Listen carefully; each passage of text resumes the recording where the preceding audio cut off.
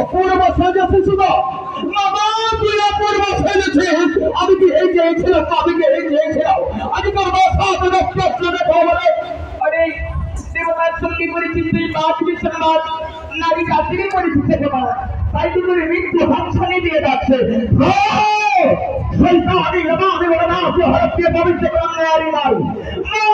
সন্তানের সামনে যুদ্ধ করবি, লজ্জা করে না?